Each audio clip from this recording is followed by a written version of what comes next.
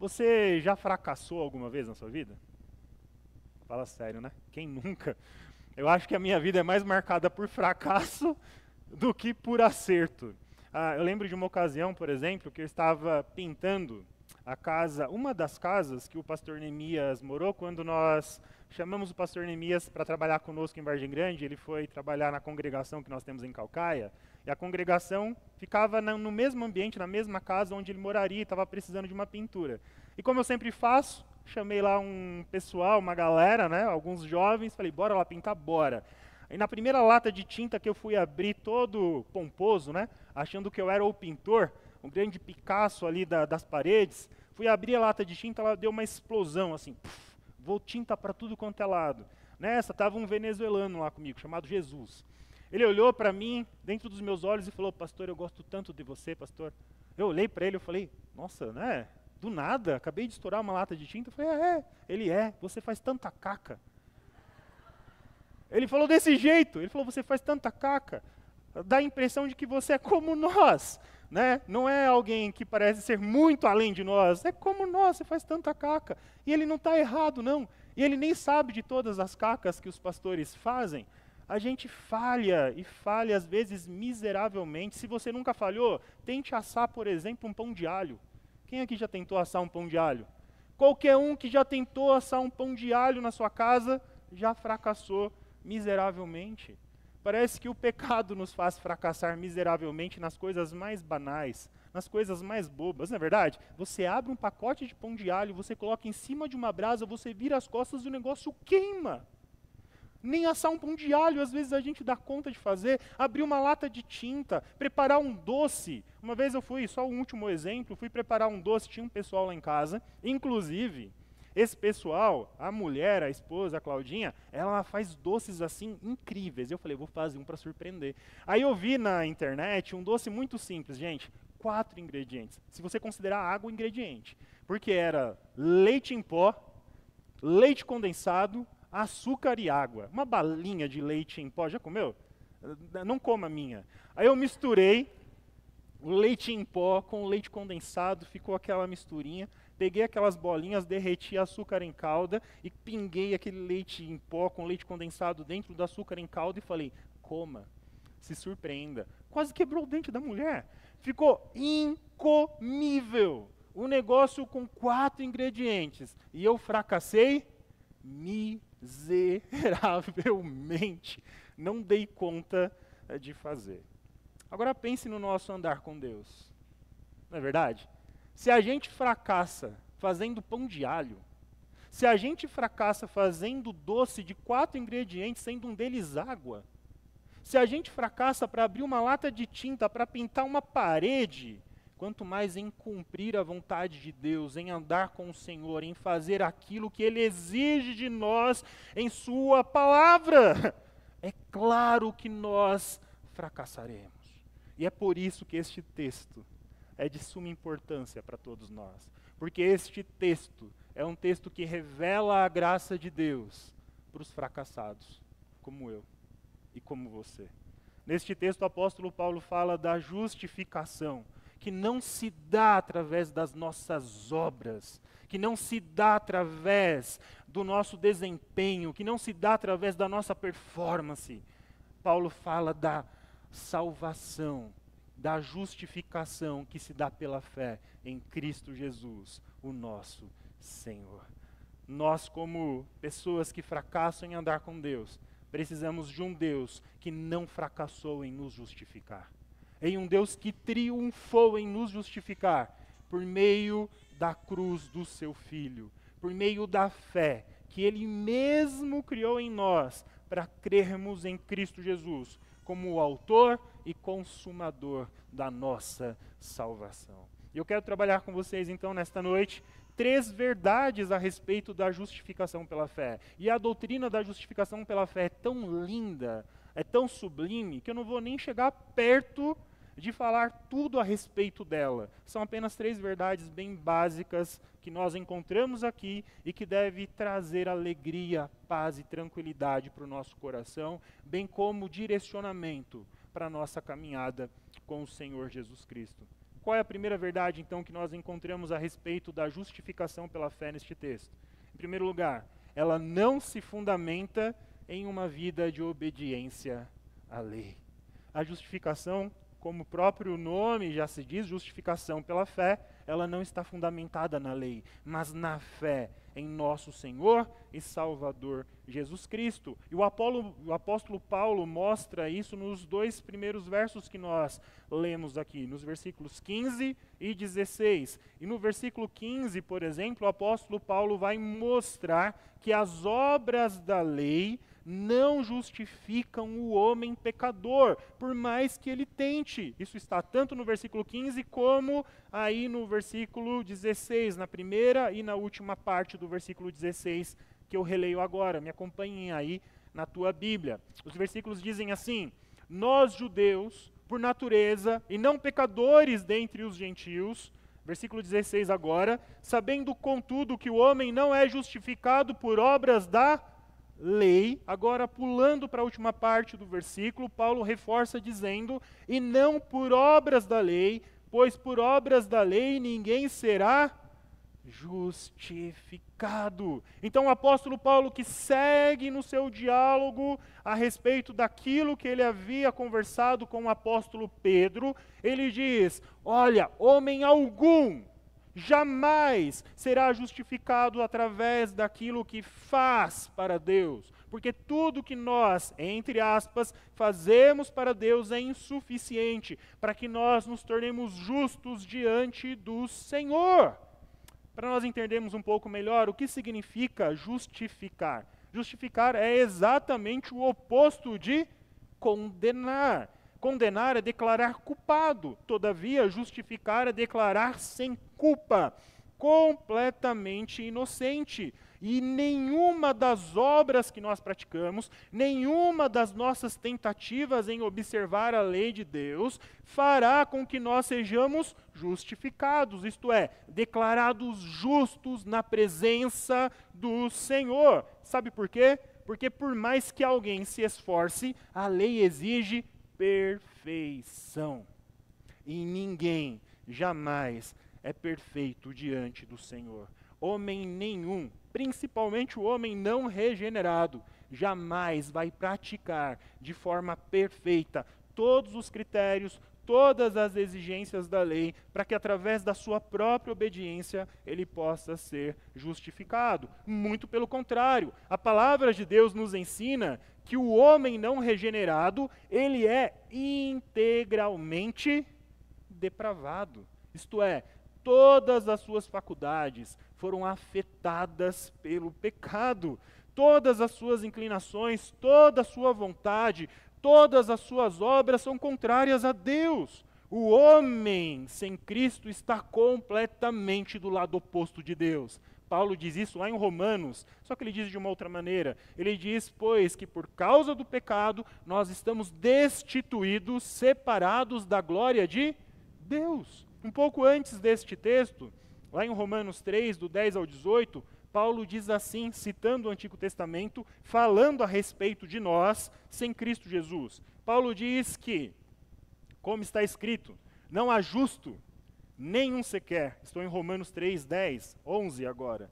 Não há quem entenda, não há quem busque a Deus. Todos se extraviaram, a uma se fizeram inúteis. Não há quem faça o bem, não há nenhum sequer. A garganta deles é sepulcro aberto, com a língua urdem engano, veneno de víbora está nos seus lábios, a boca eles a têm cheia de maldição e de amargura. São os seus pés velozes para derramar sangue. Nos seus caminhos há destruição e miséria. Desconheceram o caminho da paz. Não há temor de Deus diante dos seus olhos. E agora o versículo 23 diz, pois todos pecaram e carecem da glória de Deus. Assim somos nós sem Cristo Jesus. Não há bem no homem, não há inclinação favorável para com Deus no homem. O homem precisa de alguém que o justifique, porque por conta própria ele jamais será justificado na presença de Deus. Fora de Cristo, o que o apóstolo Paulo está nos ensinando aqui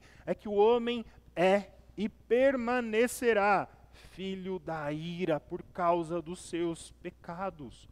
Não importa quem este homem seja, se ele é judeu, se ele é bárbaro, se ele é Paulo, se ele é Pedro, se ele é Tiago, se ele é qualquer uma das pessoas da igreja da Galácia ou da nossa igreja. Não importa quem este homem seja, pois todos, sem exceção, se não estiverem em Cristo Jesus, mesmo que tentem observar a lei de Deus, fracassarão miseravelmente. E por causa disso, serão condenados e não justificados. Mas, no entanto, o apóstolo Paulo nos dá a boa nova. Ele revela o evangelho. Nós somos assim. Por conta própria, nós não damos conta de agradar a Deus. Não podemos buscar o favor de Deus. Nós nunca restauraremos por nós mesmos a nossa relação com o Senhor. Ela está definitivamente quebrada se depender de nós. Mas graças a Deus que a nossa relação com Deus foi restaurada por Ele mesmo. E agora, por meio de Cristo, por meio da fé no Senhor, aqueles que eram injustos se tornam justos perante a justiça imputada do Cordeiro de Deus que tira o pecado do mundo. Louvado seja o nome do Senhor, porque em Cristo Jesus houve uma grande troca cósmica. Em Cristo Jesus todos os nossos pecados e culpas foram pegos e pegas e colocados sobre Cristo Jesus. E a obediência de Cristo, a santidade de Cristo foi colocada sobre nós.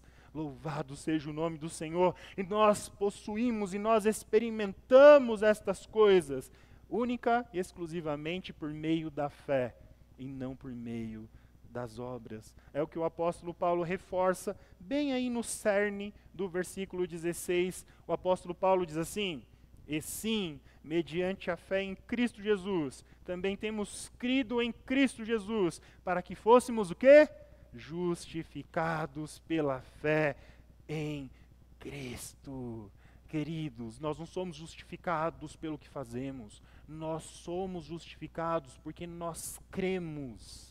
E cremos no unigênito Filho de Deus, porque nós cremos em Jesus como nosso Senhor e o nosso Salvador, e porque nós cremos em Cristo Jesus, nós experimentamos este ato de Deus sobre as nossas vidas. Um ato irrepetível, um ato completo, um ato eficaz, um ato monergista, soberano, gracioso, integral, completamente divino. Porque nós cremos em Cristo Jesus. Deus e apenas Deus atuou em nós. E agora, por meio da fé, nós fomos salvos.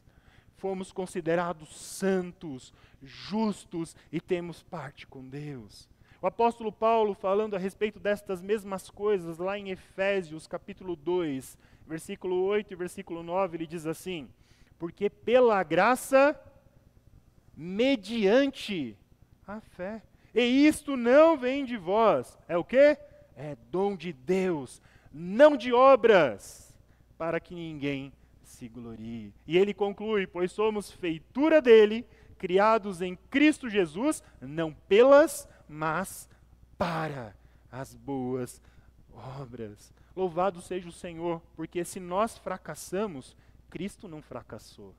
Se nós falhamos, Cristo não falhou. Cristo satisfez completamente todas as demandas da lei de Deus, e Ele o fez em nosso lugar. Nós não tínhamos condições, mas Cristo bateu no peito e disse: eu farei, e Ele o fez. Cristo assumiu o nosso lugar. Cristo é o nosso Deus substituto. E Ele, sendo inocente, cumprindo perfeitamente a lei de Deus, morreu em nosso lugar como culpado, para que uma vez que as nossas culpas fossem perdoadas por Ele, nós obtivéssemos dele toda a sua justiça. O apóstolo Paulo fala a respeito disso lá em 1 Coríntios, capítulo 5, versículo 21. O apóstolo Paulo diz assim, eu vou ler e vocês repetem, pode ser? Aquele que não conheceu o pecado, Ele o fez pecado por nós, para que nele fôssemos feitos justiça de Deus. Louvado seja o Senhor. Você não precisa mais olhar para si como alguém injusto, como alguém contra quem Deus está chateado, como alguém contra quem Deus tem ali culpas para esfregar na cara, porque todas as nossas culpas foram satisfeitas em Cristo. Louvado seja o Senhor. Não há nada entre nós e o nosso Deus. Nós fizemos a leitura deste texto lá de Romanos, capítulo 8, no início. Não há nenhuma condenação contra os eleitos de Deus, porque é o próprio Deus quem os justifica. Por mais que você não seja ainda quem você um dia será em Cristo Jesus, diante de Deus você é santo. Diante de Deus você é justo. Diante de Deus é como se você nunca, jamais tivesse cometido pecado algum. É assim que a confissão de Heidelberg, na pergunta 60, responde o que significa ser justo diante de Deus. Eu vou ler a confissão de Heidelberg. Resposta da pergunta 60 diz assim, preste bastante atenção. Somente pela fé verdadeira em Jesus Cristo é que nós somos justos diante de Deus. Embora a minha e a nossa consciência nos acuse de haver pecado gravemente contra os mandamentos de Deus, sem jamais haver obedecido a todos eles, e de ainda ser inclinado a todo mal, Deus, no entanto, sem que houvesse em mim, em nós, nenhum mérito próprio, somente pela sua graça, imputou-nos a perfeita satisfação, justiça e santidade de Cristo. Se tão somente aceitar esse dom, crendo fielmente com o coração, Ele nos concede isso como se nós jamais tivéssemos cometido nenhum pecado. E como se nós mesmos tivéssemos cumprido toda a obediência que Cristo cumpriu por nós. Louvado seja o Senhor. É porque nós cremos em Cristo Jesus. Deus olha para nós como se nós mesmos tivéssemos cumprido toda a lei. Isso é graça, queridos. Isso é justificação pela fé. Você não é aceito por Deus por causa da sua performance. Você não é aceito por Deus porque você canta no louvor. Você não é aceito por Deus porque você prega num púlpito. Você não é aceito por Deus porque você fez alguns sacrifícios para Cristo. Você é aceito por Deus porque você crê em Cristo. É a sua fé em Cristo que te torna justo diante do Pai, aceito pelo Pai, parte da família do Pai. E como nós veremos na sequência, é a fé em Cristo que faz com que Cristo viva em nós. Louvado seja o Senhor. Tudo que você precisa fazer é crer em Cristo Jesus, como seu Salvador, como seu Senhor. É crer na obra completa de Cristo por você. Pare de tentar resolver as coisas da sua maneira. Pare de achar que você vai dar um jeitinho, pare de achar que você vai fazer por merecer, em algum momento você vai sentir-se bem com Deus por causa das suas obras. Mentira, isso nunca vai acontecer, você vai falhar, você vai queimar o pão de alho de novo. Não vai rolar. Você precisa crer em Cristo Jesus. É a única maneira de estarmos em paz com Deus.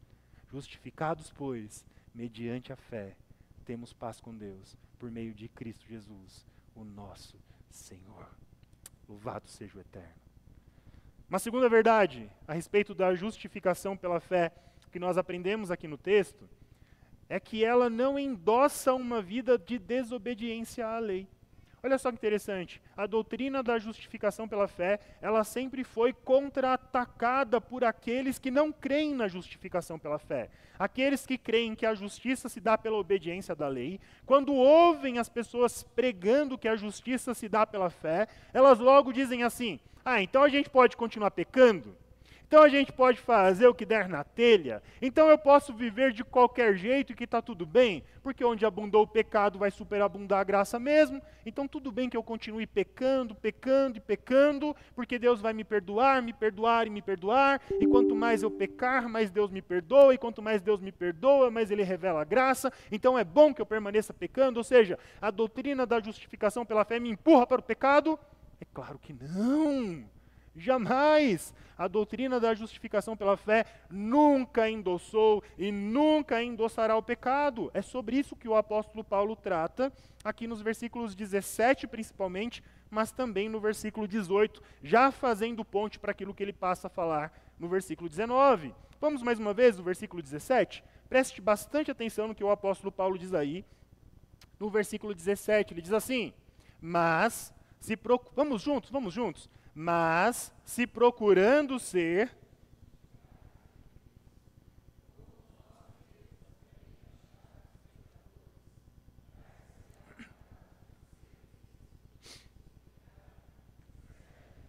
Esse certo que não, é um certo que não mais ou menos assim, é claro que não, é óbvio que não. O que o apóstolo Paulo está dizendo aqui é, olha, se nós que somos judeus também cremos em Cristo Jesus para a remissão dos pecados, se nós também cremos em Cristo Jesus, que a salvação se dá por meio da fé e não por meio das obras, isso quer dizer então que Cristo é ministro do pecado, que Cristo ele incentiva o pecado, que Cristo nos empurra para o pecado, e a resposta do apóstolo Paulo aqui é um grande não, vocês estão ficando doidos. Isso não tem nada a ver. A justificação pela fé, ela não é um alvará para pecarmos, é exatamente o contrário disso. O apóstolo Paulo trabalha este mesmo tema lá em Romanos capítulo 6.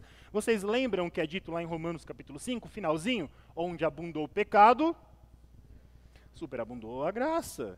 Onde o pecado era grande, onde havia um pecado muito volumoso, um pecado muito grave, a graça foi ainda mais volumosa, a graça foi ainda mais ativa. E então, no capítulo 6, o apóstolo Paulo inicia com uma pergunta retórica. Que diremos, pois? Permaneceremos no pecado para que seja a graça mais abundante? Nós vamos continuar pecando para que a graça ainda se avolume mais sobre as nossas vidas? E ele mais uma vez responde do jeito mais radical possível, do jeito mais claro possível para dizer não. Ele diz assim, de modo nenhum. Como viveremos ainda no pecado? Nós, os que para ele morremos. Nós não fomos e não somos justificados por meio das nossas obras. Nós fomos justificados para a fé. Mas fomos justificados para a fé não para vivermos como vivíamos antes de Cristo, mas para vivermos uma nova vida dada por Deus em Cristo Jesus. Mais uma vez, Efésios 2, pela graça sois salvos mediante a fé, isso não vem de vós, é dom de Deus para que ninguém se glorie. Pois somos feitura dele, criados em Cristo Jesus, para as boas obras, para uma nova vida no Senhor. Então, aqueles que creem que a justificação se dá não por meio daquilo que nós fazemos, mas por meio daquilo que Cristo fez, estes mesmos foram transformados pela obra de Cristo, renovados pela obra de Cristo, suas mentes foram transformadas, o seu coração tem uma nova inclinação, e estas pessoas agora vivem para a glória de Deus em Cristo Jesus. Elas não são mais escravas do pecado, o pecado já não as domina, elas já não vivem de acordo com a sua carnalidade, elas não vivem mais de acordo com o príncipe da potestade do ar, elas não são mais filhas da ira, agora elas são filhas do Senhor, e o próprio Deus que as salvou é o Deus que as santifica. Louvado seja o Senhor por isso, a obra de Deus nas nossas vidas é uma obra completa. Deus não apenas nos salvou do pecado, Deus agora está nos purificando do pecado. Está eliminando paulatinamente, gradativamente o pecado de nós.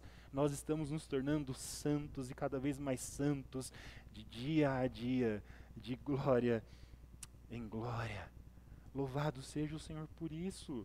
Então, a doutrina da justificação pela fé não nos dá um alvará para pecarmos, e muito menos nos estimula novamente ao legalismo. Olha só o que Paulo diz aí no versículo 18. É interessante o versículo 18 porque ele faz uma ponte para aquilo que ele passa a falar nos próximos versículos. Ele diz assim no versículo 18: porque se torno a edificar aquilo que destruí, a mim mesmo me constituo o quê?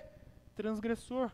O que o apóstolo Paulo está dizendo? Eu defendo a justificação pela fé, eu prego a justificação pela fé. Agora, como eu vou voltar a defender a justificação pela obra da lei?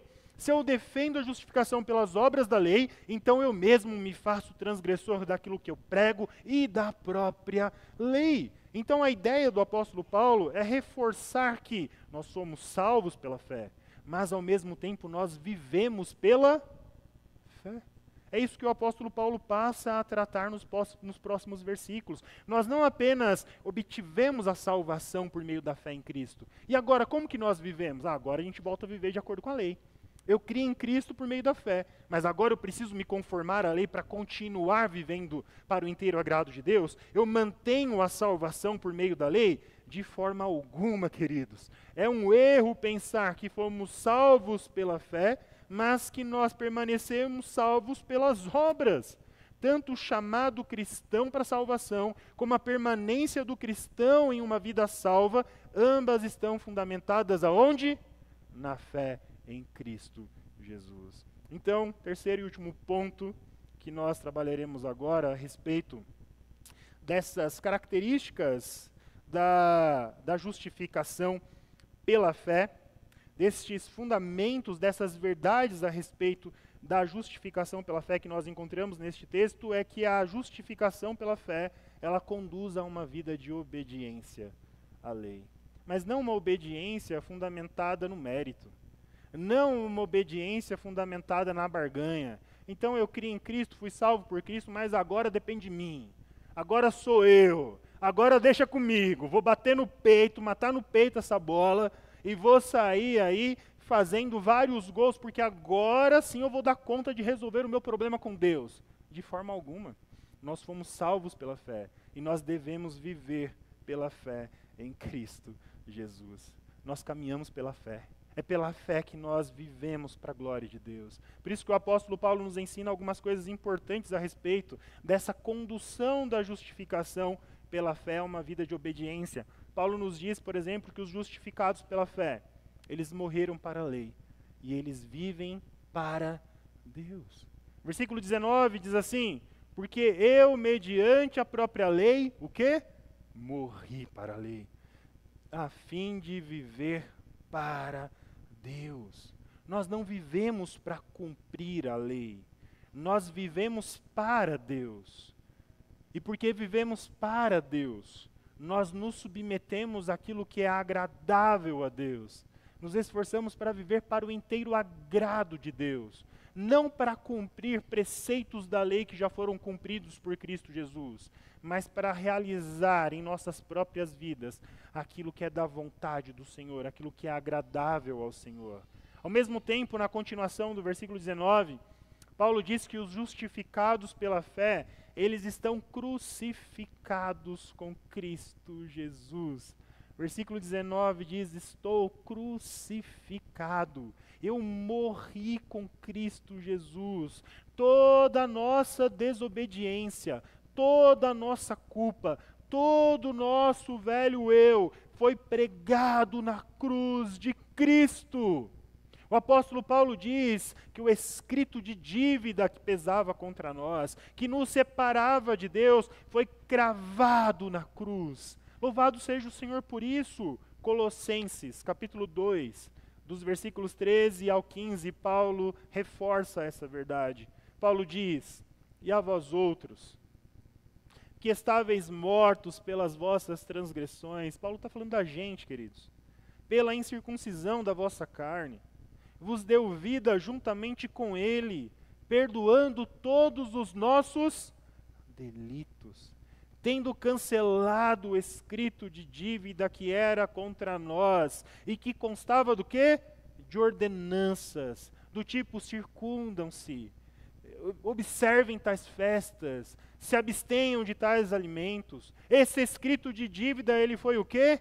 Cancelado, cravado na cruz de Jesus.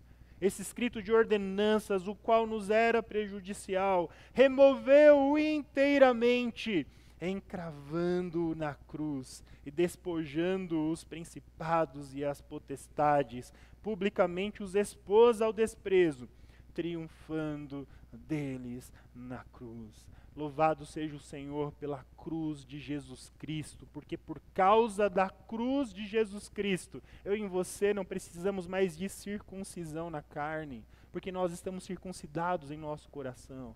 Por causa da cruz de Cristo, nós podemos comer torresmo, sem medo de ir para o inferno. Por causa da cruz de Cristo Jesus, nós não precisamos observar dias, calendários e festas, como as festas e os calendários e todas as restrições observadas no Antigo Testamento, porque Cristo Jesus já satisfez todas estas coisas em nosso lugar. Nós não imolamos mais nenhum cordeiro no altar, porque o Cordeiro de Deus que tira o pecado do mundo já veio até nós, já morreu na cruz do Calvário.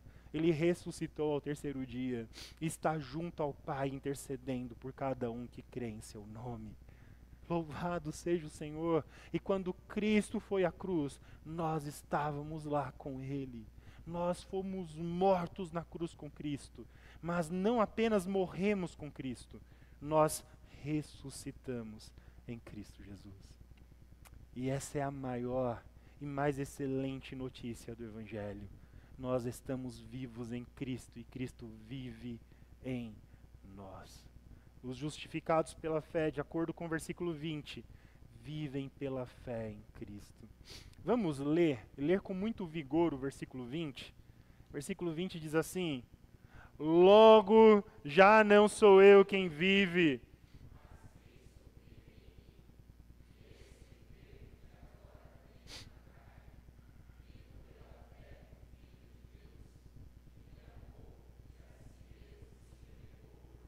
Louvado seja o Senhor. O apóstolo Paulo está dizendo: eu não vivo em obediência à lei porque eu vou fracassar em obedecer à lei. Eu não vivo com base nas minhas obras, nos meus méritos, porque eles são falhos, eles fracassarão miseravelmente. Eu vivo com base na fé. E por causa da fé no Filho de Deus, eu vivo para a glória de Deus e o Filho de Deus vive em mim. Nós estamos estritamente vinculados a Cristo. Cristo não vive lá fora. Tem uma música assim, eu não lembro se é dos Vencedores, não é? Que diz algo mais ou menos assim, que Deus não está no céu sem se importar comigo. Deus está em nós. Cristo Jesus habita em nós. Ele vive em nós. Por causa da graça que nos alcançou, queridos, nós talvez não sejamos ainda tudo que nós deveríamos ser. Às vezes, mesmo andando com Cristo, mesmo crendo em Cristo, nós fracassamos, falhamos e pecamos. Nós então não somos ainda o que nós deveríamos ser. Nós não somos ainda quem nós seremos um dia, não é verdade? Mas certamente nós não somos mais quem nós éramos. Nós somos completamente novas criaturas. O velho eu morreu e o novo eu ressurgiu, renasceu, viveu por meio da fé em Cristo Jesus. Em Cristo Jesus nós estamos mortos para o pecado. Em Cristo Jesus nós estamos vivos para Deus. Em Cristo Jesus nós estamos separados do mundo. Em Cristo Jesus nós estamos ligados a Deus. Em Cristo Jesus nós fomos livrados do império das trevas. E em Cristo Jesus nós somos súditos do império do amor de Deus, do Filho do amor de Deus que habita em nós. Louvado seja o Senhor. E isso tudo, queridos, e eu termino, é obra da graça. Que graça maravilhosa. Que graça extraordinária. Você não fez nada para merecer isso.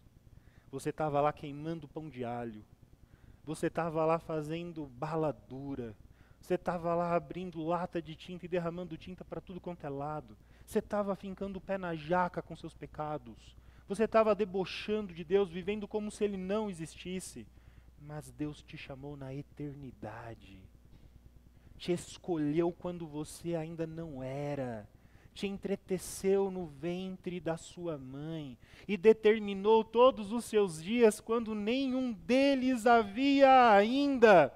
Em um determinado momento da sua história, Deus fez com que as escamas dos seus olhos caíssem. Ele fez com que as trevas se dissipassem. E você viu a luz de Cristo Jesus. E a luz de Cristo iluminou você e você percebeu as suas trevas. E então você correu para a cruz, se arrependeu dos seus pecados, se entregou ao Senhor. E agora Cristo vive em você.